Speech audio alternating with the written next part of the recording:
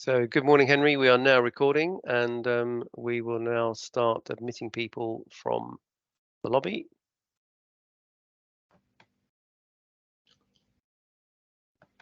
Good morning, Kerry. Good morning, Andy. Good morning, John. Lots of lovely waving, Kerry. Thank you very much. Good morning, Simon. And good morning, John. More people coming in, more people coming in. If you've just joined, if you could very kindly mute, that would be fantastic. Good morning, Simon. Morning, Bob. Morning, Sarah. Good morning, Wilson. Morning, Bryn.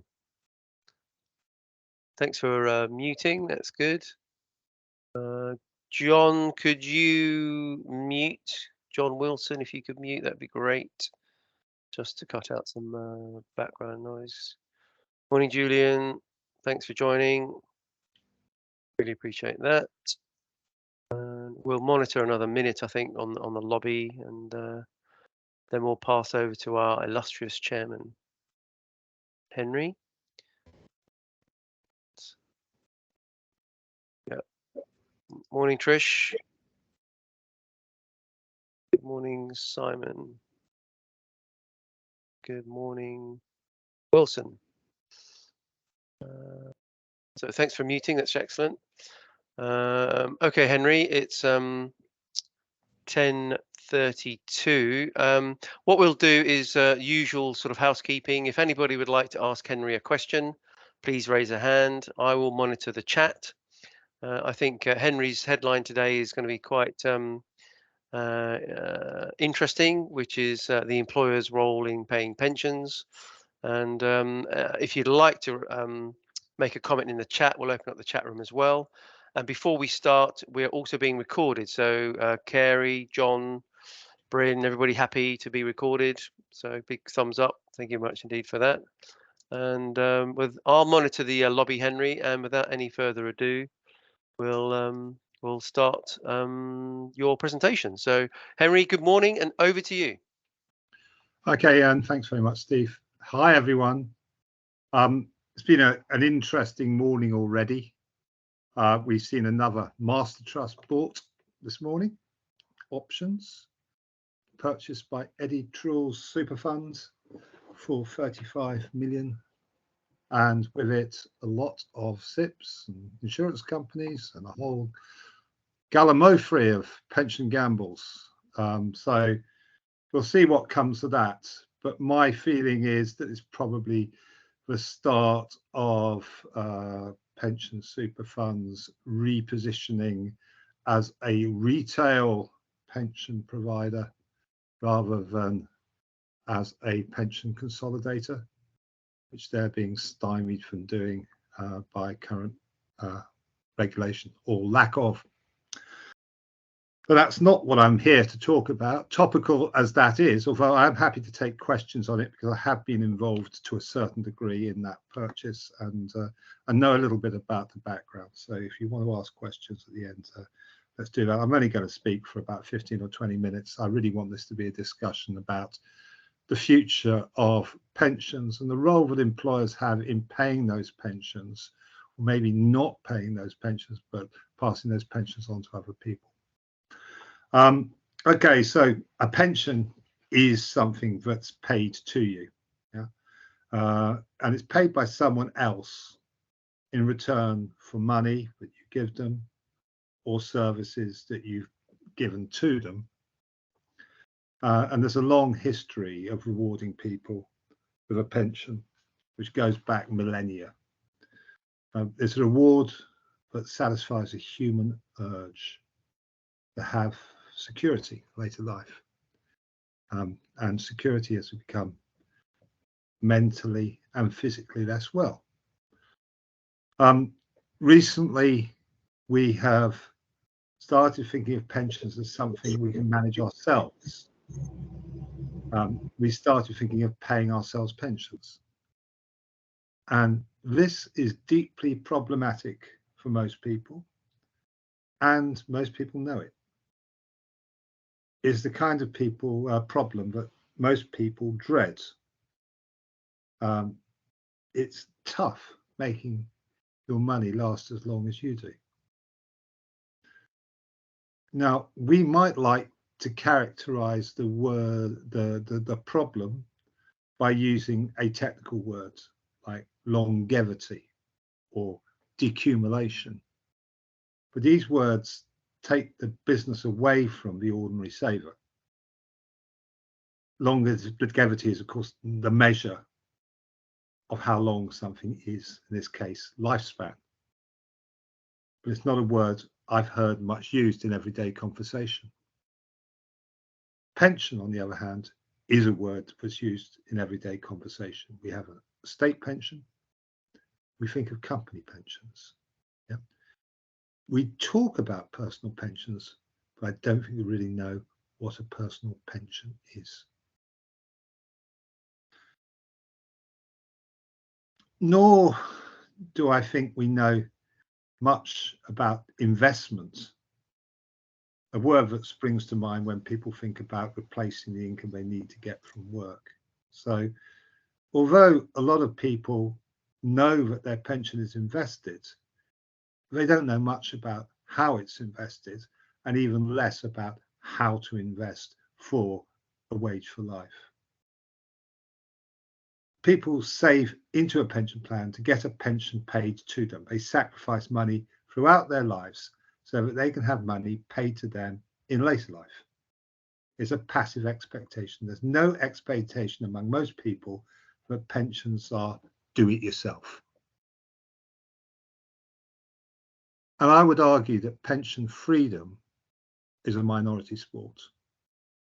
Terry Pullinger, when he spoke to Royal Mail, said, "Give me freedom from freedoms." And I think he spoke for many of the 145,000 Royal Mail employees, most of whom are CWU members. And while we must respect the options people have not to spend their repayment, their retirement savings, but use their part as inheritable wealth, we would be wrong to consider such an activity a pension. It is the freedom not to have a pension, as is the practice of cashing in the pot and keeping money in a bank account. For many people who do not associate with investment and do not pay tax on bank interest, keeping money in a bank account looks attractive, but it is not a pension. Of course, in rare circumstances, people may be well advised to cash in their pensions if they have a marginal claim on pension credit, for instance. But that is the only circumstances in which I can see an encashment of a pot leading to a greater long-term security. Generally, pension encashment ends in an immediate acceleration in the standard of living, but not to long-term security. We are at a stage in the auto-enrollment cycle where many of the 10 million new savers since 2012 have put 10 years of saving behind them, may well feel they want an acceleration in their immediate standard of living rather than greater financial security. That is their choice, but the choice has consequences. People know this. People do not cash in their pension pot without some sense of loss. Now, the promoted choice, the choice which is promoted by the majority of pension pundits, is drawdown. It's the promoted choice, but to most people, it's not the obvious choice. For all the reasons presented above, drawing down an income from a pension pot is precisely not what most people want to do. They do not want to set up and monitor the rate of income they should take. They do not want to assess how long they are likely to live, and they do not want to invest their own money. We might think they should, but there is no evidence in any country in the world that people want to manage their own pension. All the evidence is to the contrary. When asked what they want from a pension, people describe an annuity. But when it comes down to it, people do not generally buy annuities. I think the Aon figures were 62% of people they questioned when asked what they wanted from their retirement pot described an annuity, and only 10% of people actually buy an annuity. So buying annuities with pension pots is becoming more popular. It is, like the freedom to not buy an annuity, a minority sport. In this world of fractured choice, we forget one important constituency: those people who, for want of self-confidence or out of confidence that something better might come along, do nothing but let their pot grow or shrivel, as has been lately the case. Now, this constituency are people who, for one reason or another, do not know what to do, and they are ignored by everyone. They are the pension orphans who have lost their guiding lights and struggle to make headway in the penumbra. They are the people who must be addressed, and we must present a new option to them. So, when will we see the return of the pension? I would like to say that the future of pensions is CDC, but CDC is stuck. People want more from their savings than the income offered by an annuity, and they sense there must be better ways to build an income for life by giving money to an insurance company. This is why annuities still only get around 10% of our retirement savings. CDC offers an obvious opportunity to accelerate the amount of income you get beyond an annuity, but it also requires a great act of will from all parties to dispense with the guarantee that people will not do better from the guarantee offered by an annuity. That we hold on to so closely that actually we've had to legislate for best part of 6 or 7 years, and I know there's a member of our community who has been key to doing that and knows this better than anyone else, just how hard it is to create a CDC pension. Right now, the CDC option does not exist for anyone other than for members of the Royal Mail who we hope will be able to join their CDC scheme from, let's say, April next year.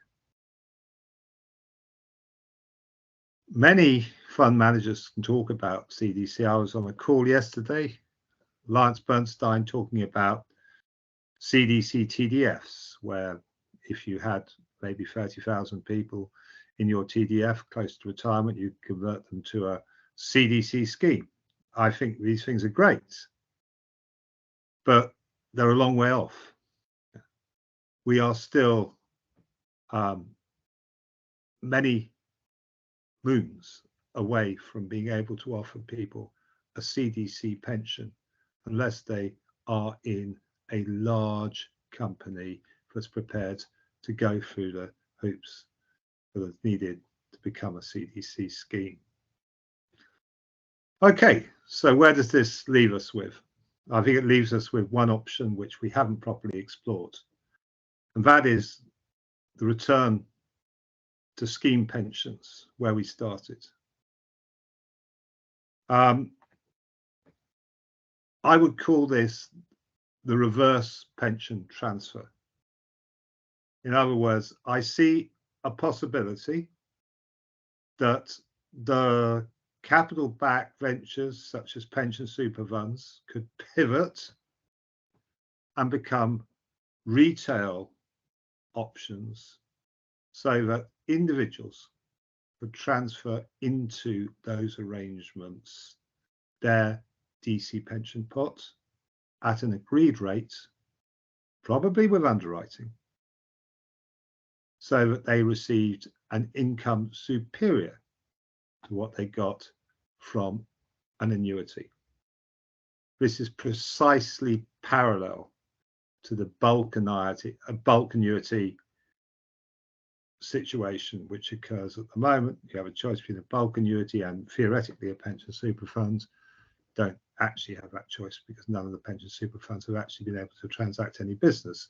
But if you looked at this in a retail environment, it is the same choice. Do you want to go it yourself, buy an annuity, or do you want to have a scheme pension provided for you by an occupational pension scheme?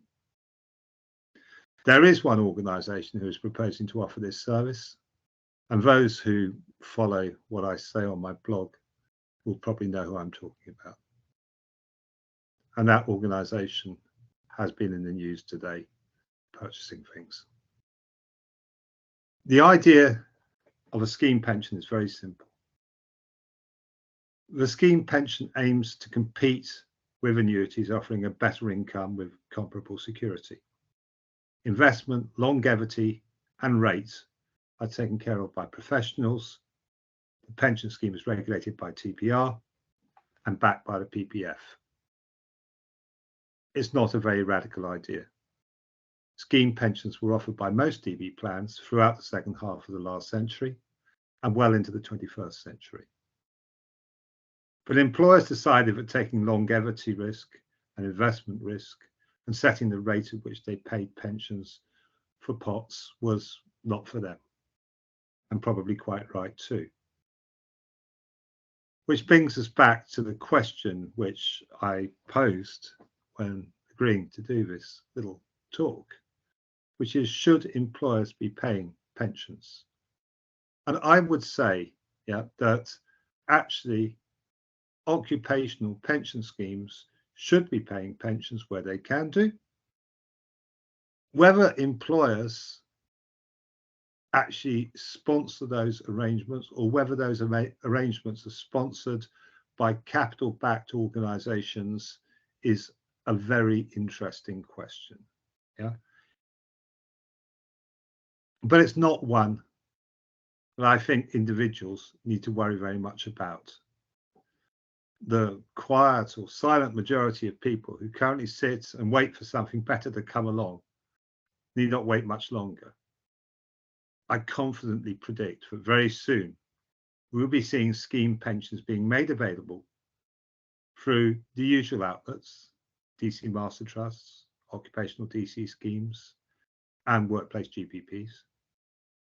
They will be, in some instances, a fifth investment pathway. In others, a promoted default, and they will be promoted to people who choose to swap their pot for pension and have no connection with the workplace. Disconnected employees. Okay, that's me done.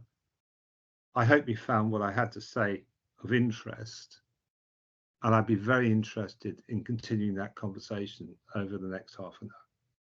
Thanks. Great work, Henry. Thank you very much indeed for that. So the floor is open to anybody who'd like to challenge or comment on Henry's points. Anybody who'd like to raise a hand? There is a question already, Henry, which I posed, which was, you mentioned about the Royal Mail. Is there another application in the process? Is anybody aware, or do you, Henry, know of another CDC application, even a seed of one going into the regulator? I don't know one. Okay. You're asking me. I'm asking you or anybody. Maybe Bob knows. Hands flying in the air. There you go. Yeah. So Bob, I think you possibly came in first there. Do you want to unmute and ask a question? Yeah, okay. I was going to ask Henry. Obviously, I've been in touch with Anthony Barker at Pension Super Fund, and he described what they're actually going to do today to me last week. But he also confirmed or indicated they were looking at the possibility, as you're saying, Henry, of actually offering pensions to people in a retail space.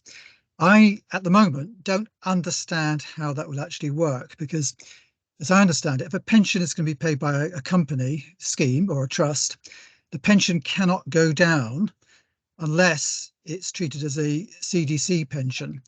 And at the moment, the regulations for creating a company-sponsored CDC scheme are horrendous, and only very large organisations like Royal Mail can get to it. So I'm just wondering if you've got some additional info as to what maybe pension super fund are thinking of when they think about retail pensions. Are those pensions going to be guaranteed? They can't go down, but the indexation of it may be conditional based on performance. I'm just wondering, how that will work in practice. Any thoughts? Yeah, I mean, in answer to your question, for it to be an occupational pension scheme rather than the CDC scheme, the guarantee has to be that the pension doesn't go down. There also has to be an option for indexation, which is something which I understand is going to be provided. So you could choose to have your pension paid with indexation or without, just as you can when you do a incentivized transfer, PI, pension increase exchange. And can this be done? Well, speak to Anthony Barker, speak to the team behind Anthony Barker. There have been a lot of costings done. They've been shared with the pension regulator. As I understand it, in general, there is a sense that this can be done, both on a commercial basis and from a regulatory point of view. But we haven't got the stamp of approval on that. So, we still have one or two, regulatory hoops to jump through. Yeah. But my understanding is from a commercial point of view, this. Henry, my understanding is for a company to provide a pension to an individual, that individual needs to have been employed by that company in some capacity or other. So that would mean that the pension super fund would need to employ people who transfer in their pension pots for a period. And I don't know what the minimum period would be that be acceptable for the regulator or the DWP or the regulations. But it shouldn't be something which is contrived, and quite clearly this would be a contrived scenario. So it would need, in my view, the DWP to pass regulations to enable that kind of facility to actually happen. Yeah, so interesting. That's your point of view. I mean, it's not necessarily the point of view of all parties. I think the legal opinion that's been expressed is that you do not need to have a long period of employment. It's just a period of employment sufficient for the transfer to be made. And I'd agree with that, Henry, but how long is that going to be?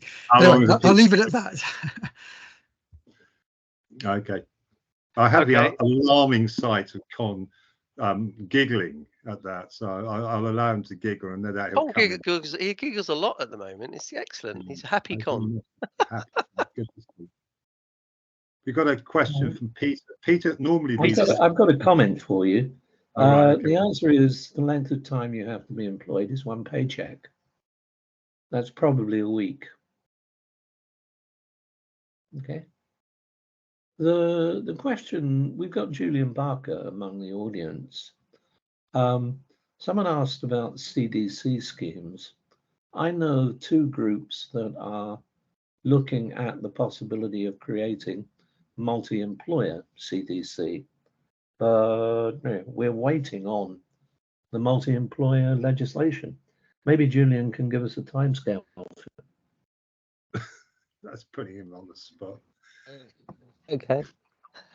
Well done, Julian. Yeah. Oh, well done, Julian. He's always up for it. Yeah. He's always up for a challenge. Con had put me on notice by email in the last few minutes, so it's not a huge surprise. Yes, so I'm not at liberty to give any details about the parties that may or may not be interested in this, but there are certainly people with plans. Is all I will say. In terms of the legislation, we intend to consult on the detailed multi-employer master trust regulations. It should be early in the new year. So our current aspiration, all else working as it should, we would hope that the legislation and the regulators code would basically spend 2024 all coming into existence, and that should fit with the plans of the people we've been talking to in terms of timescales for setting up multi-employer schemes. That's where we are on that. So would you, Yeah, Julian, sorry. are you saying that we might get some new legislation for that to happen in 2024, or? Yes, that's what I'm saying, is 2024 should be the year for the multi-employer legislation and regulators code. Excellent. So we might get a pension schemes bill in 2023. No. I mean, doesn't need any primary legislation. This is all using powers that are in the 2021 Act, which allow us to modify the 2021 Act through regulations to enable multi-employer schemes and master trusts to operate as CDC schemes. So that's what we're doing. We don't need a new act. We don't need a new act to do those things, no.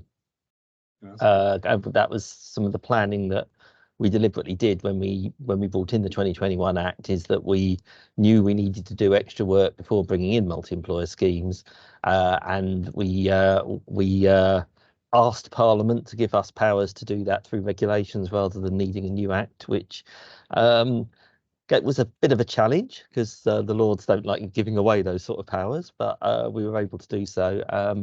And that does mean that we should be in that position by the end, by this time next year.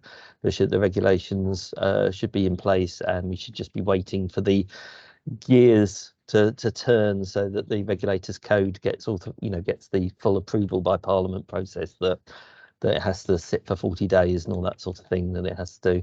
So that's kind of where we should be this time next year under our current plans. And these would be whole of life multi-employer schemes using the sort of, or would they be able to operate on a transfer in decumulation only basis? I'd like to say yes to the second part of that, and I'm hopeful that we will be able to say yes, but that's the sort of thing that we're working through in detail just at the moment. Okay, that's encouraging. Thank you very much. We've got Henry, a question.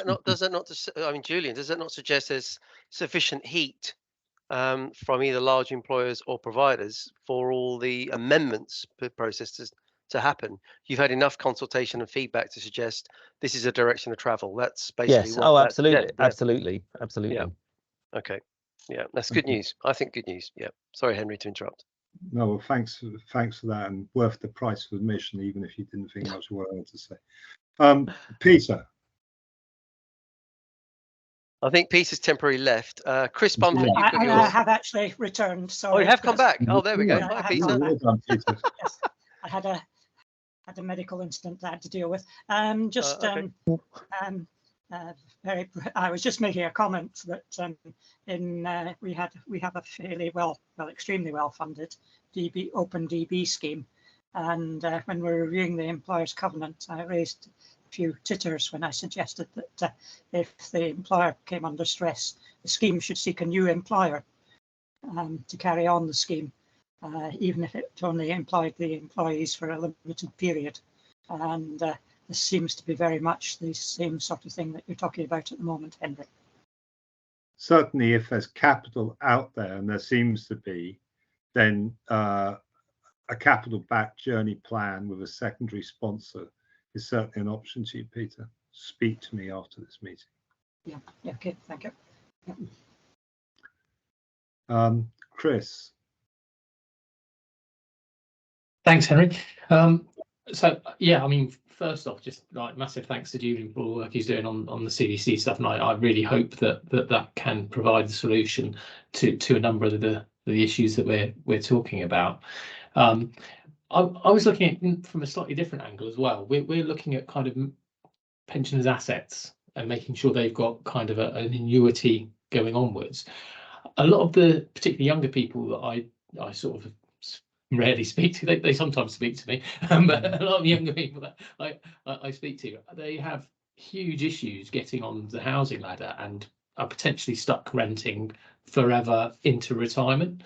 There seems to me that there could be a way of helping with that kind of liability side in retirement. If people's pension schemes were able to, if their pension pots, or even if it was a money purchase thing, if their pots were able to buy their house or effectively own their house. Because at the moment you've got people whose mortgage rates are going up, the saving rates on their pensions are going up, but you know there's a disparity there. They could be paying more interest on their mortgage than they're getting on their pension scheme.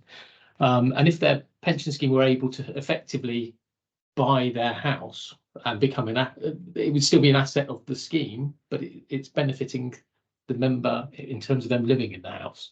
I don't know if that's something that has been sort of, I know there's been thoughts about that kind of scheme before. I'm not sure what happened and went wrong for it not to happen, but it feels like it could be a good solution to help particularly younger people get on the housing ladder and get in the savings habit, because once they paid it off, the money would still keep going, the mortgage levels would still keep going potentially into the pension scheme. The self-invested personal pension, which invested in residential property and in particular into your residential property, was considered and rejected some years ago. And I think there were a number of issues around that which the government addressed and said no to. There's probably a lawyer in the audience or somebody more experienced as to why that decision was taken, but I know it was. Someone like Eugene is quite involved in SAS, or maybe looking down there with Simon, or anyone would like to comment on this? Okay. Henry, I'd say that yeah, I'd say that you're entirely right. I think the thought was that the residential property would create a whole host of problems joining pensions and residential property together. You know, especially all the tax situation relating to main residence and that sort of stuff. So it was poo-pooed. There is still commercial property, and a lot of people are aware that you can do commercial property in SIPs and SASs. So that might be the route. But Chris, I don't think there's any developments for that to, you know, change in the short term. Great idea, because you go, well, how would that work with equity release, for example? Is it better to do a pension version of equity release rather than an equity release version of equity release? So, and there is of course quite a lot of work being done on social housing, as you know, social housing funds. And Allianz had one of those very interesting schemes, which I think they are still operating, whereby you can help yourself onto the housing ladder through an investment in one of their policies. But you know, it's a big subject and probably beyond the scope of this particular call. But Henry, we've got some hands raised. But can I also say that if you've got £200,000 of equity in your house, why not put that equity into a pension equity? If you see what I mean, pension equity release. Put it in as a cash equivalent transfer value to a drawdown style fund, and yeah, that could save a hell of a load of stuff. Number one, obviously you're bringing it out of a tax-free environment into a taxed environment, but there could be a deal done there. Number two, inheritance tax would change, wouldn't it? But isn't that a good idea to do it? This is about as far away from this the intention of this conversation as I can possibly imagine, Steve. I mean, really, okay. The intention of this conversation was to give ordinary people the opportunity to convert pots to pensions, not to be able to convert houses. But Henry, yes. Ordinary people are doing equity release. So that is, yeah, no, you are of so course absolutely right. I'm always right, Henry, you know this. Yeah, but so let's go to Con, and then we'll come to Eugene. Con, you go first. Go on. Do you want to come off mute? Con, you're on mute. Hopefully that's now unmuted. Yes. I was just coming in on this question of ownership of your residence in a pension scheme. I actually ran 2 schemes, and I'm aware of a third one which also does this. Technically, they're provident funds rather than pension funds, but they allow you to borrow from your pension fund in order to purchase your house. What they do not do is have the ownership of the house within the pension scheme. There are some very good reasons for that. That's all I wanted to say. There's in theory little or no reason why similar arrangements couldn't be made with UK money purchase type arrangements. Interesting. Eugene, you've got a question.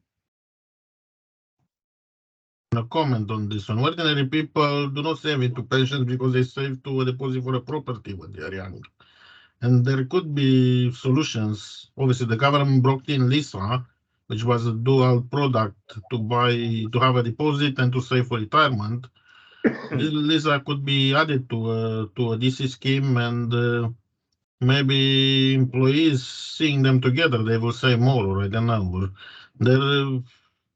We should not have people who save for a property and not saving for retirement, or the other way around.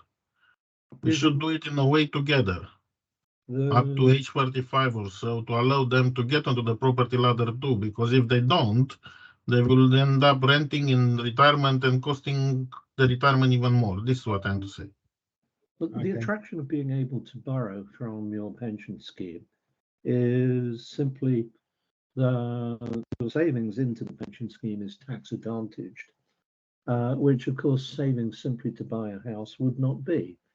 That means you have available to you a larger sum of money, probably at a lower cost than would otherwise be the case. It's a faster mechanism for achieving a rung up the ladder. But again, I emphasize it is debt to the pension fund. It's ultimately yours, but not yours for some 20, 30, 40 years. I think it's a much more efficient way of organizing the two. It means you don't have the competition between saving for a deposit and saving for your pension to anything like the same extent that you had previously. Okay. Again, I mean, it's a really interesting discussion, but it wasn't the discussion which was built, and we can carry on talking about savings rates and whether or not we should prioritize house purchase over retirement saving on another session. But can we have we got any further questions? I see, Peter, you still got your hand up about the ideas raised in this talk about establishing scheme pensions going forward. Does anyone actually feel that this is practical on an ongoing basis? And does anyone see it's beneficial?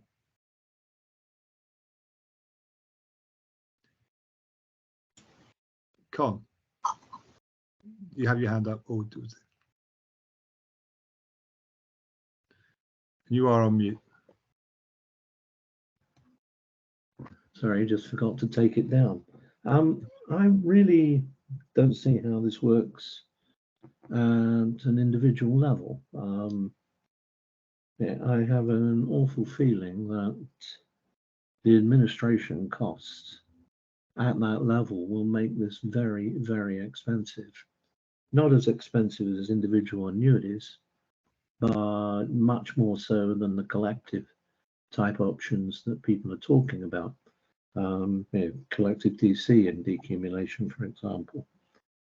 Can you elucidate on what expenses you're talking about? I mean, I do agree with you that CDC has got inherent efficiencies, but well, in essence, if you're talking about offering someone a pension, you've got to run a full annuitization valuation on them. You can't set a pension willy-nilly. You have a pot of money. You're now going to put them into this pension. What's the transfer value? To determine that transfer in, you need to run a full underwriting evaluation of the individual life. Whereas if you're doing it in bulk, it's the aggregate statistics that apply, and it's far easier to do. So your view would be that the collective approach operated wouldn't require individual underwriting, and that you would simply smooth across all people rather than do it on an individualized basis. Yeah. That's exactly the case. If you are talking about small numbers of people, then you need to do individual underwriting. But the name of the game is to do larger groups and to actually obtain the risk diversification benefits of those groups. This actually is going to be a very important theme in the conference that's being organized by CC on the 25th of October. And that's the topic that John Kay will be talking about, the difference between uncertainty and risk, and indeed the problem that we have with regulators who focus on risk and try to treat risk when it isn't, when it's in fact uncertainty, and the costs that add to the whole process. But anyway, that's I mean, the problem with offering the individual product is, unless you underwrite it, which is an expensive business, you have to price the adverse selection and indeed perhaps moral hazard. Although I don't know very many people who will stand a higher chance of dying voluntarily just because they've got a better pension. Quite the opposite, in fact. But I don't see how the economics works. Is my problem. Okay, we'll come back to that. Peter, you put your hand up again. I think you're next in the queue. Do you want to come off mute, Peter? Sorry, right. Can you hear me now? Just not. Yeah. Right.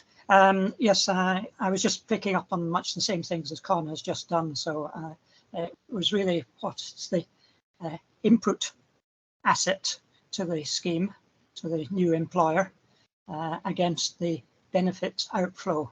And if the input assets was on a pooled risk basis, calculated, such as the transfer value would be from a DB scheme, or the individual pot, then you have to do an individual calculation of the benefits that would provide from the new employer scheme, which would also be on a pooled risk basis. And then you also have the impact, as Con said, of the ongoing administration costs before there was any profit for the new employer to consider distributing, either in terms of enhanced benefits or return on its own capital. So yes, that's my concern, is that the measurements of those things are so critical that I think the risk might be sort of the benefit might not be apparent at all. Thanks for that, Peter. Bob. Yeah, Henry, I just really want to back up Con's comments, and for the benefit of Julian, look at CDC pensions would be the equivalent of wholesale provision of pension provision, whereas the pension super fund buying a retail operation is very much retail orientated. And everybody knows that retail investment is and has to be, by the nature of it, more expensive to run than wholesale operations. So there is a huge benefit to be gained by bulking up opportunities.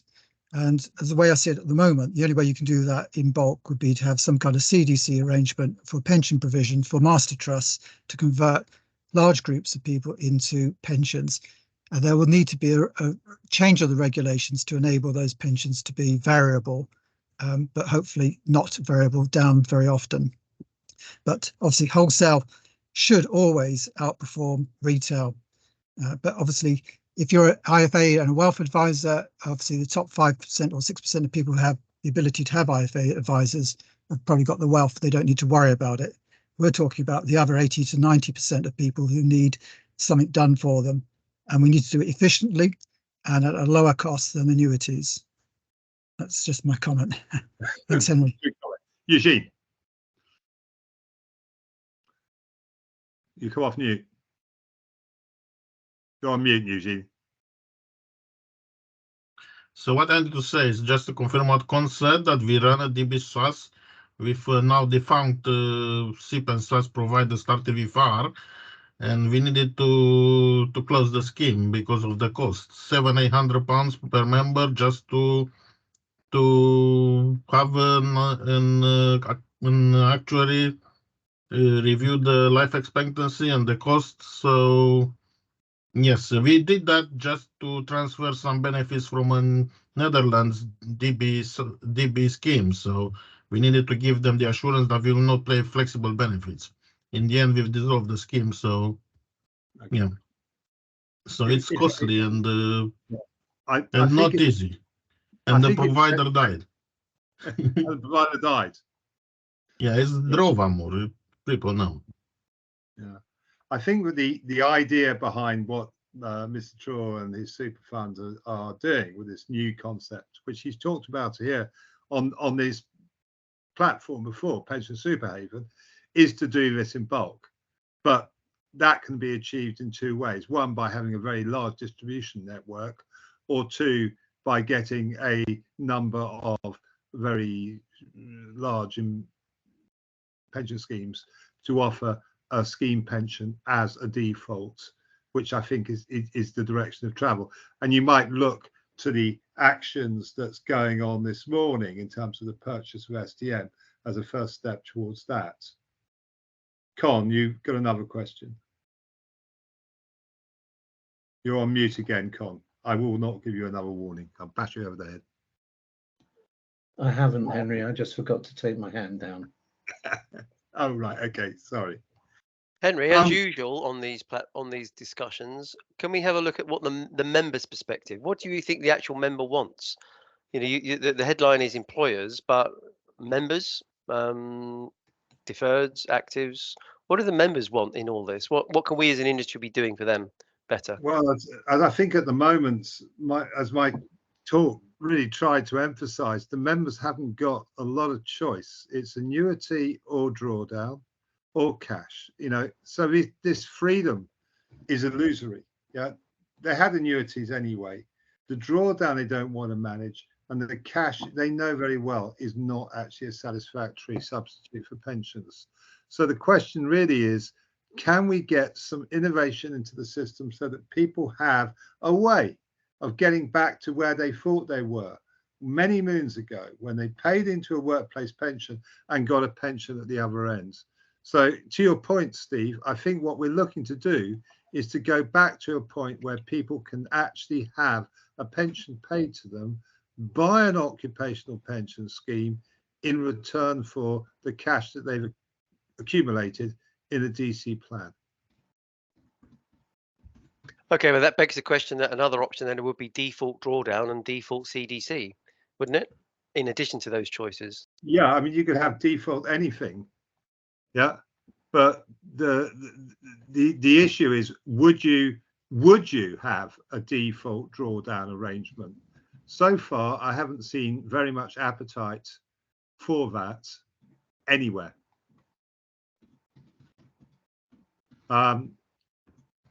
Yeah, well, I think some fund managers are looking at building defaults, aren't they? Default investment pathways for that very subject, to say, well, look, you know, the member has not got a clue, and no disrespect to general man in the street, general woman in the street, but many of them haven't got a clue pre-retirement, and then you get to decumulation, it's like, whoa. So why not create glide paths for various people? This is precisely what the FCA have been trying to get people to do with the investment pathways, and so far, yeah, we have got investment pathways. They're being reported on by the IGCs at this present moment. If you look at what's happened to the pathway since they were instigated in 2021, it's not been a pretty story. You know, I think most people are pretty scared by the pathways they're on. It seems more like they're some kind of precipice that they're walking rather than a sort of a clear path. I don't know if anyone wants to comment on investment pathways and their experience of presenting them or actually being on them, but you know, I'm not sure I'd want to myself. Well, Eugene's got his hand. Eugene, what do you think about that? And Yes, I've got another. clients come to us. They avoid pathways. They come to us with small pots, like 170 or 100 and 200, and they ask, what can I do here? And we tell them, look, this is not viable for us as advisors. And we ascertain most of the time that the annuity, given the pricing today, is the best step for them. Yep. What can we do? Eugene, where do they go? Where do they go? So if they want advice, we recommend annuity most likely at this level of pots. We'll ask them how much they want to keep aside, because some they want to have a 10, 20,000 kept aside, so they may not buy annuity with the full pot. And we will recommend annuities. What else can we do? Well, no investment experience, the pot small, we cannot manage it. Going back to the drawdown idea, why can't there be 4%? You know, people understand percentages, fairly straightforward percentages. So why can't you have a strict, say, 4%, 5%, 6%, 7%, 8%, like the old, you know, FCA projections on investment returns, and you tick a box. You say, I want 8%, 6%, or 4%, and then the investment strategy is governed by that selection. So the man or the woman with 120 grand drawdown ticks a box and says a 5% default, and they get 5% per annum. They understand that because it's like a high street deposit. They understand it. Yeah, why can't that happen? Why can't that happen? It's not dissimilar to the idea that Aaron Muradova had with regard to buying strips of income, and you say, okay, I'm prepared to accept that the strip of income will actually run out when the bond runs out, and that's it. Yeah.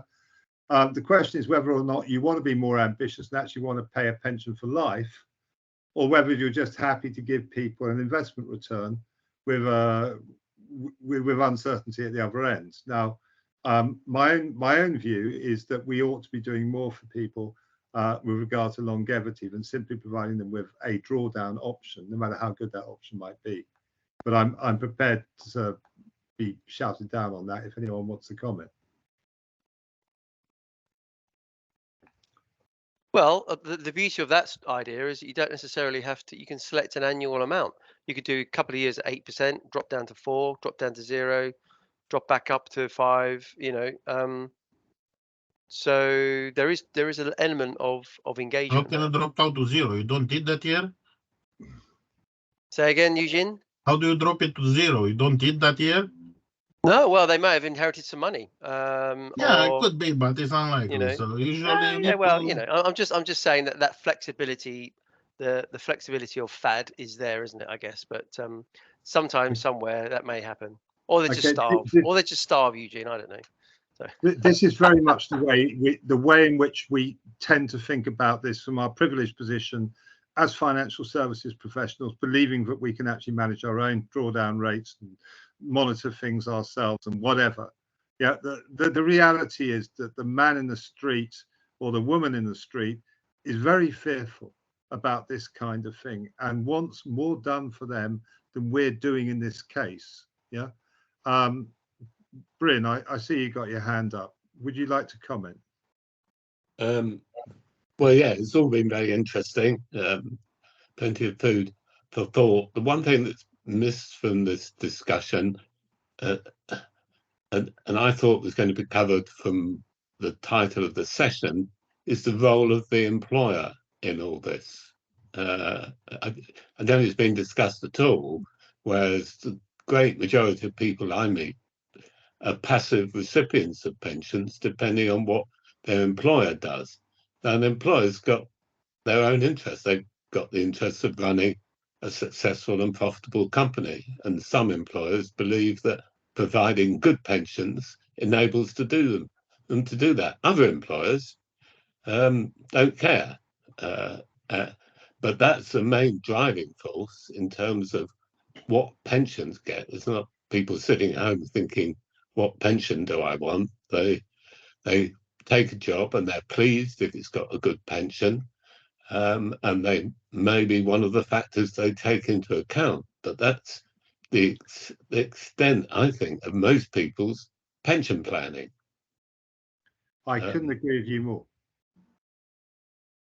And let's hope that we have a lot of employers out there who are like the schemes that you know, Bryn, still prepared to pay pensions. I'm worried, yeah, when I hear people talking about employers wanting to walk away from their obligations and pass those on to insurance companies without consideration for any alternative.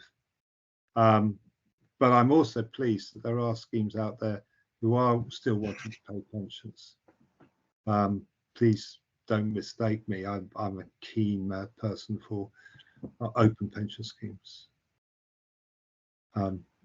I don't know if you want to say something there, Con. You've got your hand up. Yeah, no, I do actually, Henry. I think the thing which passes largely without comment, and maybe isn't even recognised by the majority of people, is that the majority of employers in our DB world are actually not-for-profits. You know, they're charities and so on. Well, yeah, I have never heard anyone or any employer group from the not-for-profit sector describe their motivations in providing DB or other pensions. And I think it would be a very useful session for you to do one day. You know, what's the view from the not-for-profits? They are by number, you know, far and away the majority of schemes here in the UK. Yeah, thank you. And it's a good suggestion. I know that one of the CDC master trusts under consideration includes large numbers of social housing pension schemes. And it would be good to get them to come along and talk about their plans to pay pensions, albeit probably on a non-guaranteed rather than a guaranteed basis going forward. Peter. Sorry, I have problems unmuting. Yes, I used to chair or act as secretary to a group of finance directors in the not-for-profit sector, and they traditionally offered DB pensions because that suited their social purposes and organisational aspirations. Most of them closed them to future accrual many years ago because of the deficit recovery contributions that they had to pay. They have no philosophical problem with continuing to keep the employer's guarantee in place. What they do have problems with is the diversion of funds from their not-for-profit activities into the pension scheme. And particularly now, they are questioning the fact that they've diverted these funds over recent years, which may not have been required. And they have done a lot of damage to their not-for-profit or charitable activities as a consequence of this.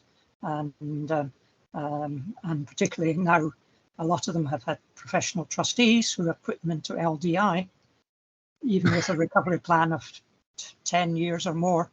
And they now realise they've fixed their assets on that basis, and they're not getting any benefit from the current correction, if you like, to the assumptions being made in the valuations, and they're looking for alternative valuation methods that may be more appropriate and prevent this happening for the future. They have no particular aspiration to buy out the pensions as an insurance company. So. Yeah.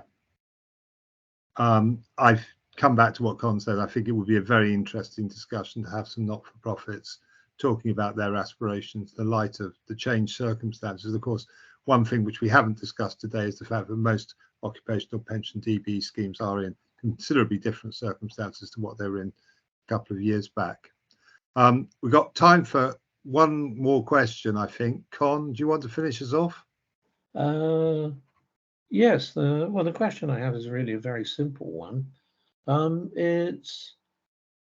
mean, where does the Mansion House agenda fit with the funding or non-funding of not-for-profit DB arrangements?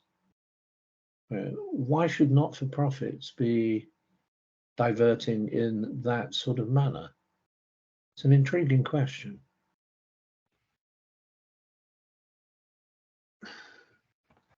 Is there any particular reason why a not-for-profit sponsor should be more or less interested in investing along the lines that the Mansion House proposals do? If you think about it, the greatest drain on productive investment is actually demanding extra funding from a corporate sponsor. Okay, that's money which is now not going to be invested productively by the corporate and will only be invested productively to the extent that a scheme does it. And we've got people like the PPF claiming that 30% productive investment is great. The question with the not-for-profit sector is, to what extent are they involved in productive investment? And there you are going to have some real difficulty with describing the activities of many not-for-profits as being productive investment, social investment in many cases. Impact investment, for sure. Yeah. So where are you then? I mean, the argument I think for the not-for-profit sector comes down to, you want an asset allocation which will maximize your returns given the risk constraints that you have. And most not-for-profits should be fairly heavily risk averse, not wanting to divert activities from their greater purpose. But I think it's a topic which could be discussed with the sponsors of the not-for-profits. I think it would be a great topic. Yeah. If I could just quickly interject there, I think the important thing for them is cash flow. They want the cash flow to be secure, both within the pension scheme and for the company. So that's my view. We're going to have to wrap this conversation up, not least because I'm supposed to be at the Ruffer conference at the moment. I'm bunked off. So thanks, Ruffer, for allowing me an hour or so away, but I'm going to nip back on my bike down to Northumberland Avenue now. Thank you very much to everybody for being on this call. I'm going to hand back to Steve now, who's going to do the bits and pieces. Steve, I'm not going to be able to do a 1 minute slot for you. No, that's fine. That's fine. Just a big note of thanks to Henry. Hope you've all enjoyed the session. And please, everybody, think about what we've been saying today and what Henry's been proposing, and really appreciate everybody's input and questions. Next week we have Guide, and Guide will be talking about the advice gap. So if you're an advisor or a trustee or a sponsor or a politician or a government body, then that's a really spiky subject. So join us next week for Guide, and as we usually say, let's pray for peace in the East. The video of today will be posted this afternoon on the main Pension Playpen website, and Henry and I really appreciate your support, and hope to see you next week. And as I say, let's pray for peace in the East, which again has now been ongoing, but equally now we have the problem with Israel and Gaza. So a crazy world we live in. But thank you everybody for your questions and your input and your attendance today. And I hope you enjoyed the session and enjoy the rest of your week. Thank you very much indeed, everybody, and take care. Thanks for the claps, and I'll pass them on to Henry. Thanks a lot, everyone. Cheers. Bye. Bye.